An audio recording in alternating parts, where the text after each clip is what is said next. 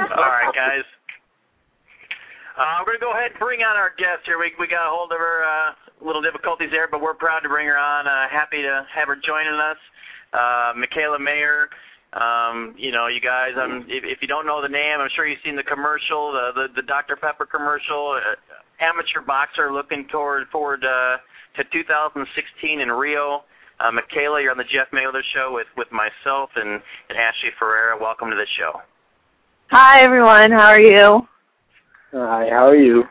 Can you hear me? Thanks for having me.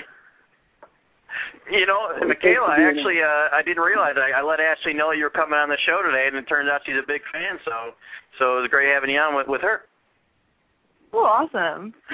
Yeah, I follow you on Twitter and Instagram and kind of live vicariously through you. You always seem to be doing awesome things, and I'm always going to class and doing boring things. So I do appreciate you posting your updates because it's an awesome chance for me to pretend that I'm not doing boring things. Oh, my God, I didn't even know. I'm going to have to go follow you back. For sure. Yeah, well, maybe you can swap modeling agency stories or something. Who knows? I'm sure she has more than me. All right. I mean, all I do is spend my days going to the gym, so I'm sure we're pretty much even. I just make it sound more exciting than it is.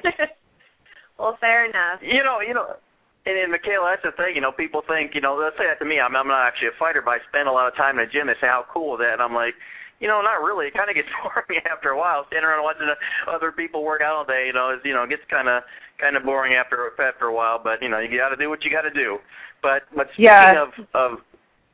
speaking of interesting things, you got something really cool coming up, and then we really appreciate you joining us because next weekend you got the 2013 boxing national championships there in Tacoma, right? So tell us a little about that.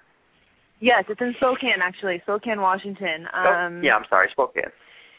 Yeah, so it's our 2013 National Championships. We have it every year. It's the most prestigious tournament for Olympic-style boxing. Well, we're called Olympic-style boxers now. I have to say that because they took the word amateur out of our bylaws. So I'm trying to be correct here. But, yeah, so it's a really important tournament to win. You have to win this tournament every year to stay on the U.S. national team and, be a top pick to go international. You want to win this tournament to compete in the Continental Games, the World Championships, establish a world ranking. So it's pretty important. Right. So this tournament doesn't really have a direct effect on you making Olympics next time, but what it does mean is qualifying here and winning this allows you to get better experience and competition along the way. Is that right? Right, exactly.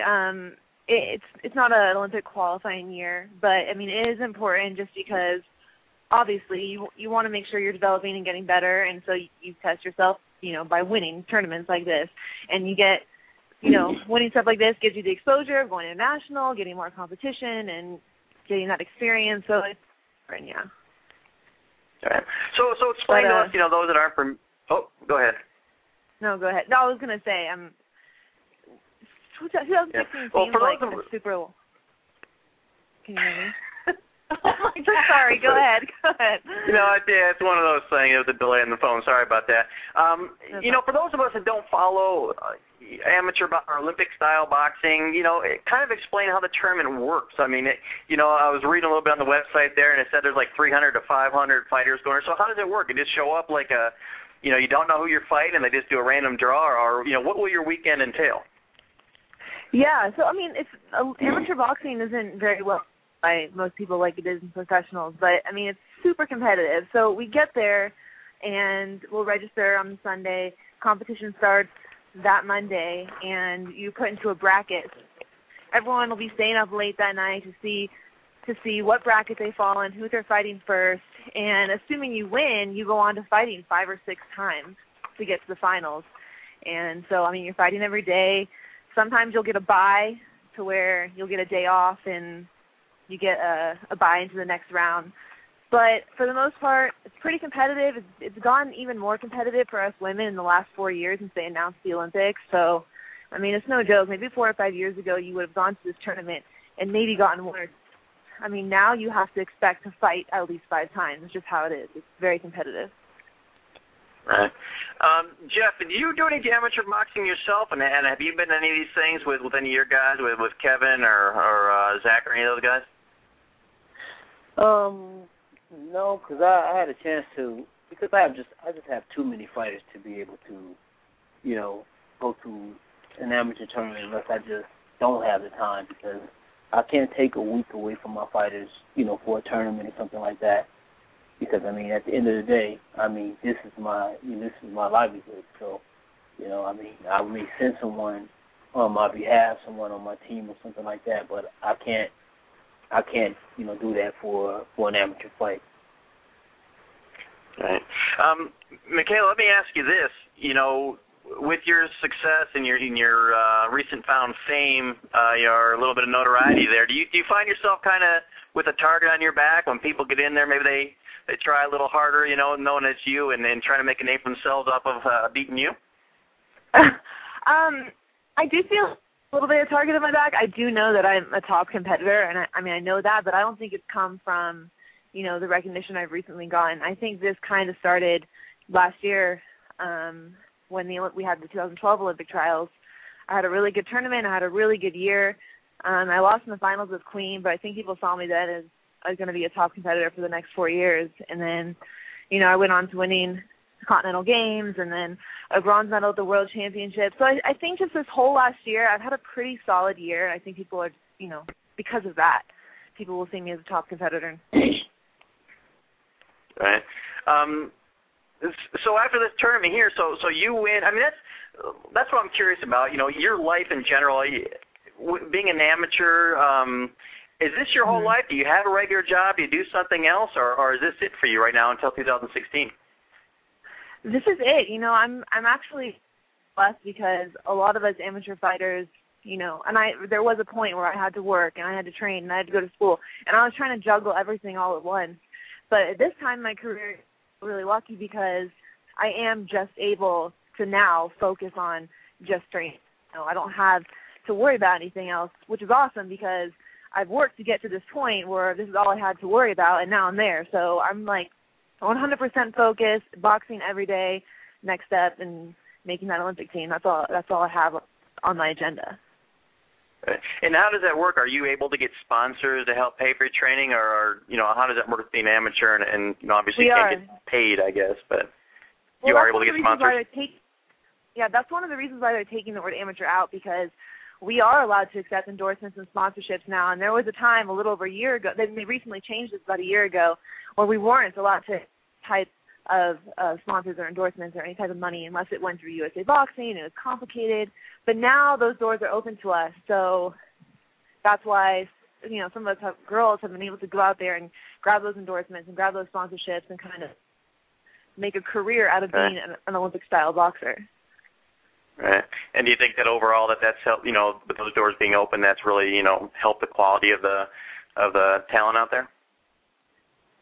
Yeah, there's girls coming out of nowhere now. There's a path for them. There's a ladder to climb in boxing now, and it's been a long time coming, but I really think that things are going to turn around for the women. You have a lot of top amateurs, and they're going to need a place to go after the amateurs, after the Olympics, and so that's going to also help build the pro game too. Right. Ashley, let me ask you. I'll be the first one that I don't know a lot about amateur boxing. Do you follow it at all? And where did you first, learn about Mikaela and become aware of her? Well, actually, I worked the national championships last year. The men's and some of the women were there too.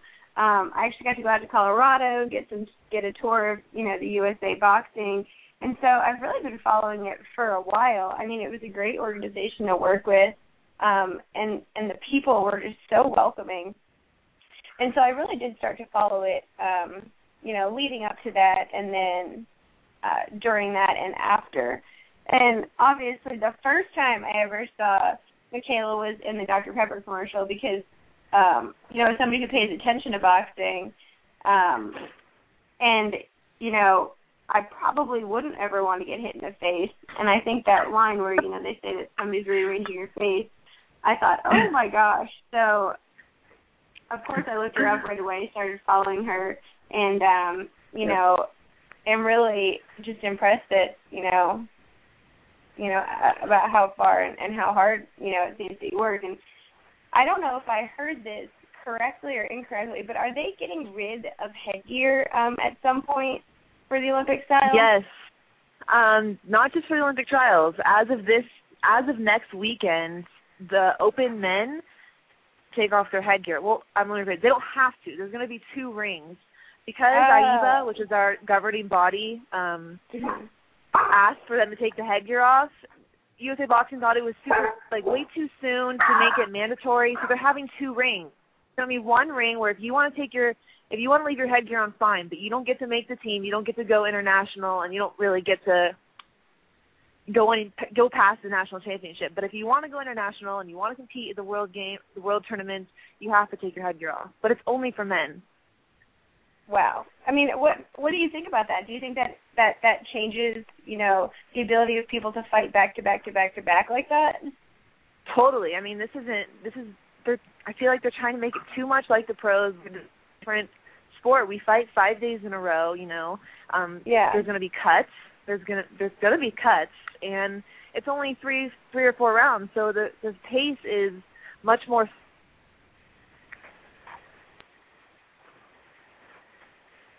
Did we lose you? I think so. Well, I mean, personally, when I heard that, I thought it sounded awful because we do have all these questions about whether boxing is bad for head injuries, and it sounded like headgear was a good idea. Yeah. I don't know what Jeff, it is, but go ahead. Go ahead, Mikaela. No, I'm done. Hey, Jeff, I was going to get your take on that as far as the headgear. Do you think that's a good idea and for the amateurs? Well, I mean, I came from an era where we didn't have headgear anyway, so it's nothing new. So basically, well, then it was bare knuckle boxing when you were in that era too, though. Yeah, I mean, 1908. But still, in all honesty, I mean, I don't think that, if these guys are actually going to become pros, they don't need no headgear anyway. The headgear actually hampers a lot of fighters. I ain't going to say every fighter, because some fighters, they feel secure in the headgear. But most fighters that feel confident about themselves and about their ability, they don't even want a headgear, because the headgear blocks their vision. A lot of times they get hit because they can't see the punch coming, because, sometimes the headgear is more of a hindrance than, even though it's about safety, it still doesn't matter, because once you get to that level, once you get to the highest level as an amateur, most of the guys' intention is to go pro. So I don't think it's a bad thing at all. Well, what do you think about the question of cuts, though, that Mikaela brought up? I mean, it seems like if they're fighting so close together, that would become more of an issue. No, don't get me wrong. Back when I was you would fight 2 times in one night, not just that whole week. So I mean, myself, that's why I can say, I don't see a problem with it. But don't get me wrong. At the same time, of course, you're going to have cuts, you're going to have scrapes, you're going to have, all these things. But at the end of the day, I mean, they're being prepared to become pros, as opposed to you just being amateurs, just being the top amateur.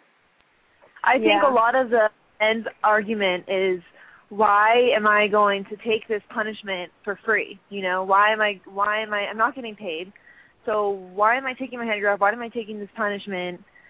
I might as well turn pro. And I think that's a lot of their mentalities. You might as well save yourself, because it's going to give you, you're going to take a lot of punishment. So I see the argument. I don't know what it's going to do for amateur boxing in the United States. It's going to make a lot of the men want to turn pro. So we'll have to see how that plays out. Isn't it also a lot because of the fact that they think that it's going to be better for ratings? I mean, amateur boxing is pretty much, been dead in the United States, at least for a long time, as far as viewership and that kind of thing. They figure they take the headgear off, it's going to be, get a little more appeal to the mass audiences. I definitely think that's a factor. I mean, they're not saying that, but from personal opinion, yeah, I think it's going to make it more marketable, more exciting, and hopefully in return you'll get more viewers, more interest from the people, who want to watch boxing. Right. Well, let's switch gears a little bit. Jeff, the one thing that was kind of interesting to me, Mikaela's been here in Vegas for a couple of weeks now. It seems like outside of Floyd himself, she's the biggest star in the gym here lately. Your impressions on her and what you've seen in the gym? Well, I mean, I watched her box, and she's awesome. I mean, I was really, really impressed and actually kind of shocked. I was like, wow, because unfortunately, I didn't get a chance to see, I didn't get a chance to see her in the Olympics or anything like that. I did see the commercial, but that doesn't have nothing to do with boxing. So basically, this was actually my first time getting a chance to sit down and actually watch her work, and I was extremely impressed. And Mikaela just. Mikaela responded to that, and then also, what's it been like getting to come in the gym there and work with people like Jessica Rakosi. I don't know, and you worked with Yolanda. I can't remember her last name. Iselle. And then Maricela Cornejo. So tell us about working with those ladies, and what, if anything, they've helped you with. They're all good. They're all good work. I like sparring different people because. That's what it's like when you go to an amateur tournament. You are going to fight 5 different people, 5 different styles. So Jessica, Mary, Yolanda, they all have different styles. Yolanda is a good, awkward southpaw, and then Jessica is she's got a pretty solid pro style. She's strong. She comes forward. She doesn't back off. And then, she's a lot bigger and stronger than, I don't know if she's necessarily stronger than me, but she's bigger than me. So it's good to work with different body weights and different styles, and they're all really cool. I like them all. I get along, and I like mixing up and going to different gyms too because you're in the gym every day, and sometimes you got to mix it up and make it a little fun. It's definitely a good, nice switch up. And what's your reception been like? I mean, people have been treating you well in these gyms and taking them all to you, or? Yeah. I mean, I don't think I give off that whole, what are you looking at kind of vibe. I'm pretty much like friendly and smiling all the time, so I wouldn't expect people to treat me any different just because I don't treat anybody else that way. So, but yeah, everyone's been really cool to me. So what do you know when outside of boxing? I mean, what is your normal day like? I mean, what if you had a day off? What would you normally do? What kind of things are you into? Well, I'm a total California girl, so if I...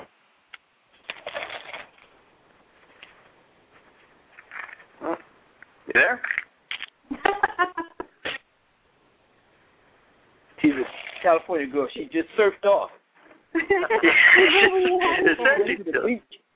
She maybe went to the beach. It says she's still on there. You there, Mikaela? All right, maybe she'll start talking again here in a minute.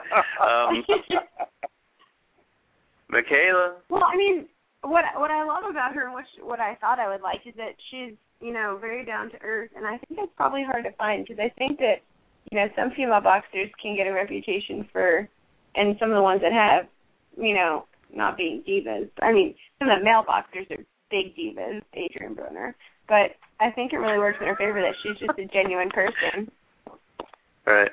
Mikaela, you back guys yet? all just cut out for a second. I have no idea what you just said. Oh, well, you cut on us. We heard you were a California girl, and then Jeff said you just surfed on and off. So. Oh no!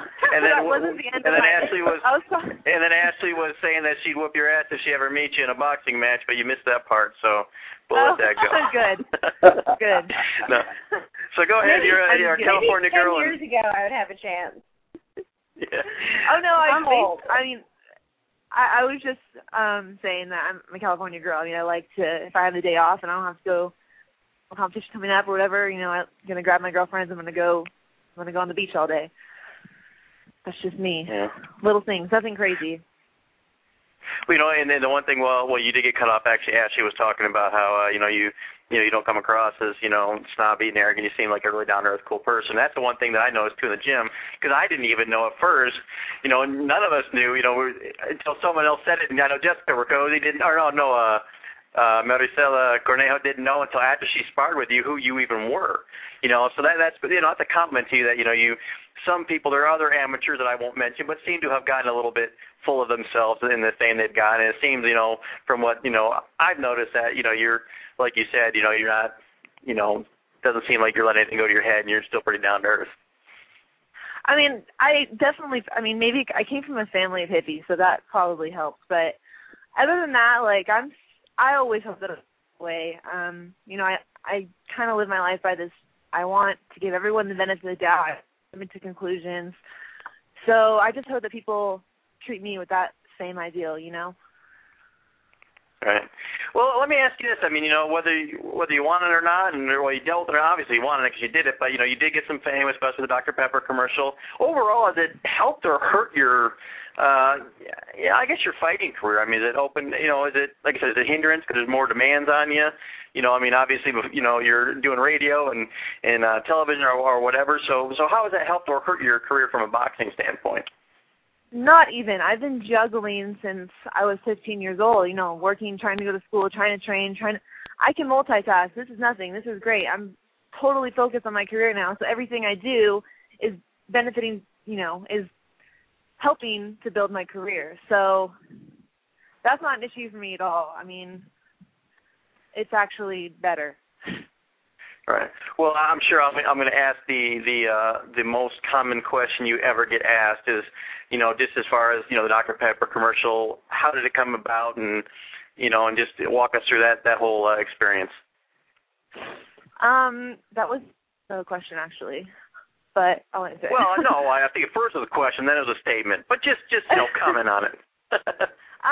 They actually called my coach. My coach is Al Mitchell, pretty well-known Olympic coach. He had a lot of top pros, too, like Vernon Forrest, David Reed.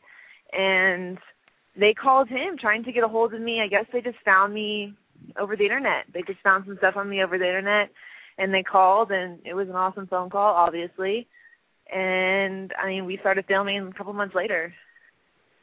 Right. And how does drinking Dr. Pepper, how does that affect your, drinking so much Dr. Pepper affect your health and your, that kind of thing? I don't think I drink so much Dr. Pepper, but I really like the whole idea of the commercial, one of a kind, and I just really like the idea of it. Yeah. Well, the cool thing we have is Jeff, I think we have two of the more unique ladies that you'll ever find anywhere. We have a boxer/model and Mikaela on the show, and then we also have, of course, Ashley, who's a ring card girl/law school student. Two combinations you certainly don't find out there every day, so that's pretty cool. Jeff, what's that? I was kind of nervous for you. I thought for a second you might, be hating on Dr. Pepper and, from the part of the country I live in. No, I like Dr. Pepper. Dr. Pepper's like church. It's a great thing. People love them some Dr. Pepper around here. Yeah, no, I have no problem at all with Dr. Pepper. Trust me, I've drank more than my share of it in the past. Jeff, you got to see her work a little bit. You've trained Jessica Riccozzi yourself years ago. You worked with her. We'll discuss in a minute. I don't know if she has plans as far as going pro, but how does her ability, from the little bit that you saw, where do you think she could ultimately end up with, her as far as her potential goes? She has great potential. I think that she could actually become a champion of the world. And, don't get me wrong. One thing with women's boxing is it's a little bit different from men's boxing. She's an extensive amateur. She has an extensive amateur background. And with that being said, she probably has more experience than some of the girls out there that's probably champion right now. Right. And so I think that she has a bright future from what I saw, and I think that she'll be a multiple world champion. Right. Well, let's ask you that, Mikaela. Do you, as far as the, obviously you're busy for the next couple of years doing the amateur thing, but you have the potential. You're getting your name out there. People know who you are. Obviously, you're going to be very marketable in a sport that's dying for marketable fighters. I mean, since Layla Ali, there's really, I think you and Marlon Esparza are probably the two most popular fighters in the women, as far as women go, since Layla Ali retired. So do you think that possibly you'll go pro when your amateur days are done, or are you looking to go somewhere else? No, it's a good question. I answered this the other day, and it's actually been something, this has been a new thought on my mind, because originally I thought, no, I wouldn't turn pro. There's not much for me in pros. I love the amateurs. I want to win a gold medal. I think that's a better path. But, I am going to quote myself, but I kind of feel almost like a duty to turn pro, because just to do whatever little thing I can for women's boxing. I mean, I think that girls like me and other top amateurs, I think we need to do whatever we can to help grow the sport. So if I can turn pro a little bit and help, make it a little more popular or do something for it, then I feel like I should. So yeah, I mean, maybe, I don't know though. I might go for after this. I might turn pro. So many things are going to change in the next 4 years that I really couldn't tell you, but it's a definite maybe. Yeah, that's what you kind of touched on exactly what I was going to say. I was wondering if you felt any kind of obligation, because like I said, the sport's, having such a rough time, and you have, champions of the world, some of the best fighters in the world. I think we had Ava Knight on the show, and, this poor girl has, can barely pay her bills with the way, what she gets paid, and she happened to go to Mexico to get fights because there's no interest at all in women's boxing. I know. But, with the Olympics, taking the women on now, and with you and Marlon getting that popularity and getting the attention from, the mainstream, doing the commercials, doing the print ads and that kind of stuff. Yeah, I was going to say, is it like an obligation? Do you feel to kind of do what you can to get the sport out there?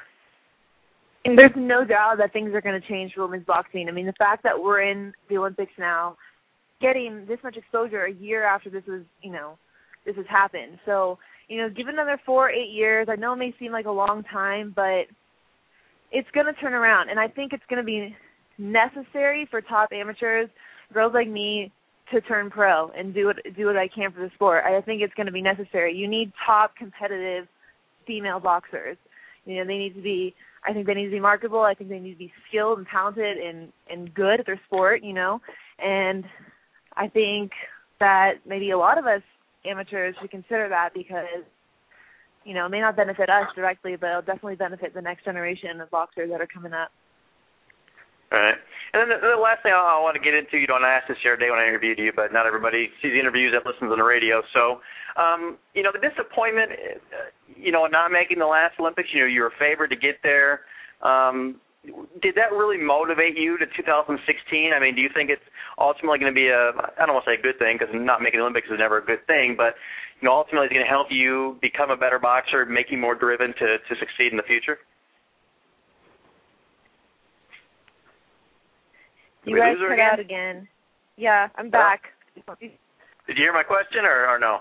Nope, didn't hear it. I was gonna say, you didn't make the last Olympics. You're favored to get there. I'm just wondering, how did that affect you mentally? I mean, like I said, it's not a good thing not to make the Olympics, but ultimately, do you think it'll help you and make you more driven? Because when you get a taste of failure, that makes you want to succeed that much more. Yeah, I mean, I think I told you this before. I mean, I immediately developed that goal to go for 2016. I mean, minutes after I lost in the finals of Olympic trials.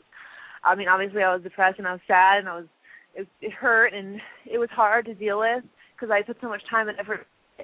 But, I mean, I knew that I still had this goal. I still had this dream and I was going to go for it again. So I have so much more to learn. Like, I'm taking these 4 years, I'm looking at it as a good thing. Like, hey, I have this much time to get better. I'm not going to go in there and just try and make the team. Like, I want to go in there and good enough to win a gold medal. So I'm just trying to look at it in the best way possible.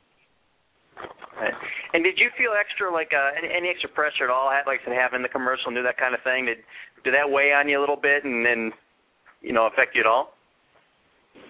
I mean, I've always believed in myself, and I'm hoping that, having this commercial I'm hoping that, now other people believe in me too. And so there's a little pressure in that sense, but, I really can't worry about that. Like, I'm doing what I love. I'm working the hardest that I possibly can. There's going to be people who hate on me for it, and there's going to be people who love me for it, and I just learned to accept that.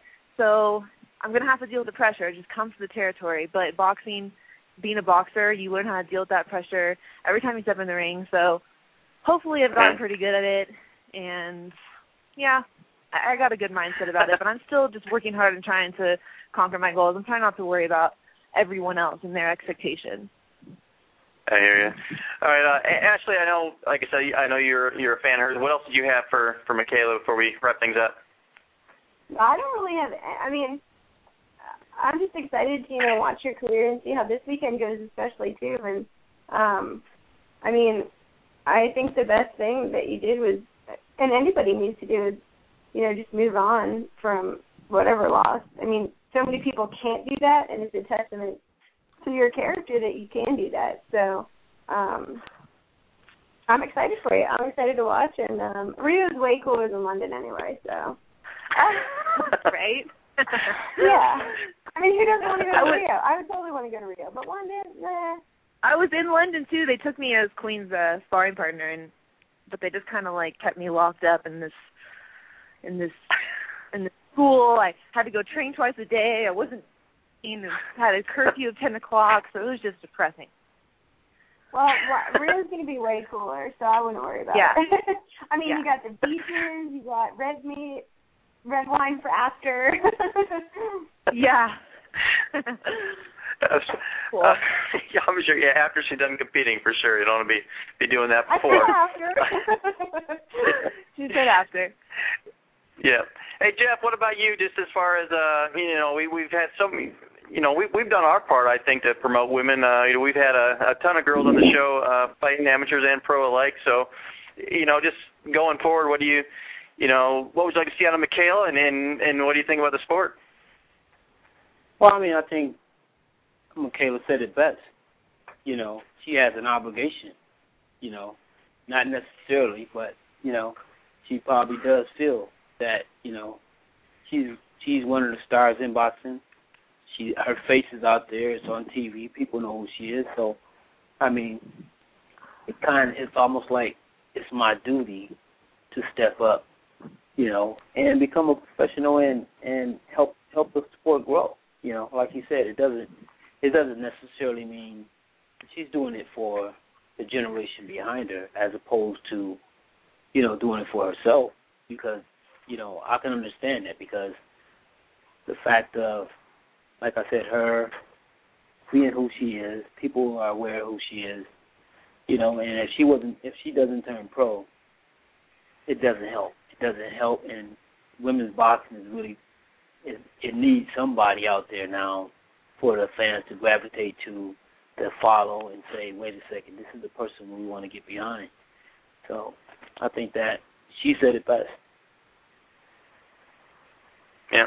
All right. So, Mikaela, just tell us, real quick, your travel plans. How long are you here in Vegas for? When are you heading up to Washington? And then after that, just, for your fans and people interested in getting to know you a little bit, where they can keep up with you on the social media stuff. Yeah, so I'm here in Vegas till Friday, and then I drove my car up here. I'm from L.A., so I drove my car up here. I'm going to drive it back home Friday. My plane leaves out of L.A. Saturday, and I'll be up in Spokane for about a week. And then, if you want, the fights actually might be streaming live on the internet. So if you want to follow me on Facebook, or Mikaela Mayer 1 is my Twitter handle, I'll be keeping everyone updated on where they can get the link to the fights and how I'm doing. Well, we definitely look forward to it, and and wishing you the best, and you get to come out of there, and what do you have to finish? What place do you have to finish? What place to be able to make the team and that kind of stuff? Huh? How do you have to finish in this tournament in order to make the travel team and that kind of thing? Usually it's number one. You have to win to make the national team, but then they'll focus on getting maybe the top 3 experience. They're changing the rules now, so top 4 make the national. So which which is good because they're really going to try and develop not just number 1, but they're going to try and develop number 1, 2, 3, and 4, so that we aren't just pushing one person through the international rankings. You know, we're trying to develop as many boxers as we can. So I actually think it's a good thing. All right, well, we look forward to seeing you compete there and getting to see more than just commercials. We want to see you in the ring there, too, so definitely we'll hope that's streaming there. And we'll post it on the website, too, for people to check that out. And best of luck to you in there, and we look forward to big things for me in the future. Thanks so much for stopping by tonight. Cool, awesome. Thanks for having me. Nice talking to you all. You too. Talk to you soon. Bye. Okay. Bye. Bye. All right, guys, that was Mikaela Mayer. Thanks so much for joining us. Great to get to talk to her. And like Ashley said, you know, she sounds really cool, really laid back. So it's nice when you have someone that's getting that new bit of success there, but they're still really down to earth. So that's really cool to catch up with